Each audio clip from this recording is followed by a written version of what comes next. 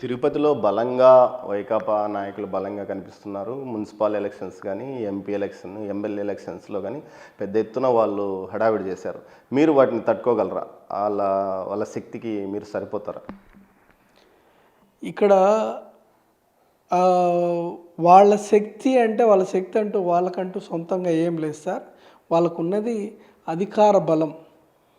అధికార బలంతో ఒక రకంగా మున్సిపల్ ఎన్నికలలో అన్నిట్లో కూడా పోలీసులతో అంటే ఎవరెవరు తెలుగుదేశం పార్టీ తరఫున కార్పొరేటర్గా నిలబడినారో వాళ్ళందరినీ కూడా ఇబ్బందులకు గురిచేసి రకరకాలుగా సామభేద దాన దండోపాయాలతో వాళ్ళందరినీ కూడా లోబరుచుకొని ఆ రోజు ఎన్నికలను చేసినటువంటి సందర్భాన్ని మేము చూసాం.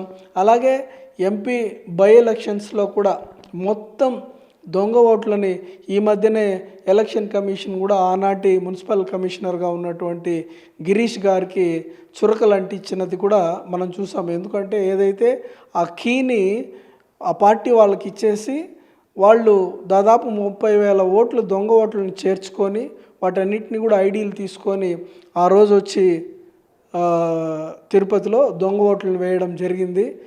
వాళ్ళు ఎన్ని దొంగ ఓట్లు క్రియేట్ చేసుకొని వేసినా కానీ, ఎంతమంది నాయకుల్ని ఇబ్బందులు పెట్టినా కానీ ఆ బై ఎలక్షన్లో ఒక తిరుపతి నియోజకవర్గం నుంచి మాత్రమే దాదాపు 45,000 ఓట్లు తెలుగుదేశం పార్టీకి పోలయ్యాయంటే దాన్ని బట్టి మీరు అర్థం చేసుకోవచ్చు తిరుపతిలో తెలుగుదేశం పార్టీ బలంగా ఉందా, వైసీపీ బలంగా ఉన్నదాన్ని మీరే బేరీజ్ వేసుకోవచ్చు.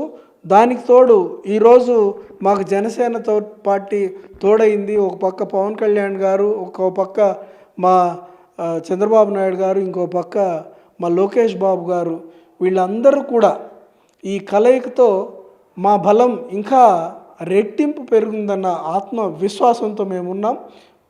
దట్టు తెలుగుదేశం పార్టీకి వైసీపీ కంటే కూడా క్యాడర్ చాలా ఎక్కువ ఉంటుంది.